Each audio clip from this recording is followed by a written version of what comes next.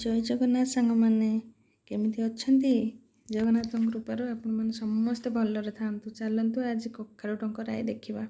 प्रथम गोटे कड़े किसी तेल नहीं पचफुटण और शुखला लंका फुटेदबा। रसुण और कंचा लंका को छेचिक रखली फुटेदबा। फुटे दे सारापर किस समय रसुण कंचा स्मेल जबा जाए भाजवा।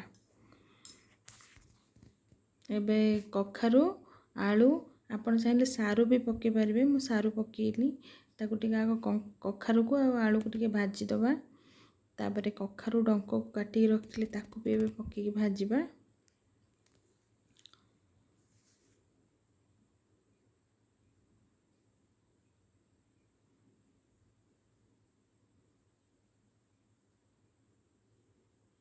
एबे आवश्यक मुताबिक लुण देदबा जी दरकार।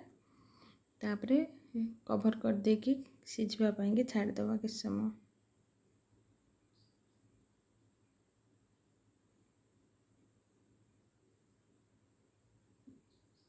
एबे कभर काढ़ी मझे मझे टे चल दूथबा ना काले तल लगिज। एबे मिनिमम 50% पाखापाखि सिझी आसलानी।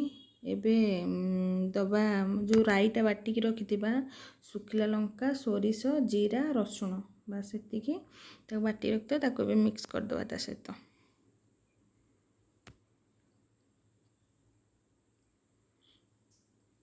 भल से मिक्स कर देकी एबे ढंकई दबा कभर दे दबा सिझा पाई छाड़दबा।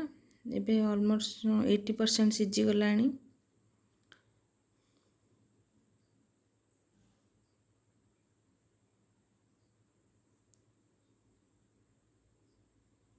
एबे काटिकी रखिथिबा कखारु साग ताकू बर्तमान देदबा से राई रे देखिए ताकू भल टे मिक्स करदबा। एबे मुझे भूली गली जो कखारु साग पकेबा पूर्वर मुझे बड़ी भाजिक रखी ताकू चूरी की पकईली। मुझे रेकर्ड करने भूली गली सॉरी मत क्षमा करदेवे। एबे भल ताकू मिक्स करदबा।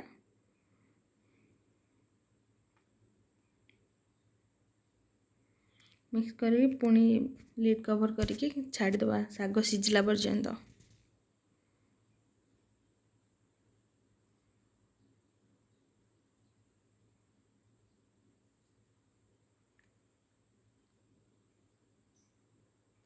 एबे आमर प्रस्तुत है बर्तमान साग सिझी जाइए। एबे आमर प्रस्तुत है कखारु डंक राई। जदि भल लगे आपण मैंने प्रिपेयर करी खाइबे।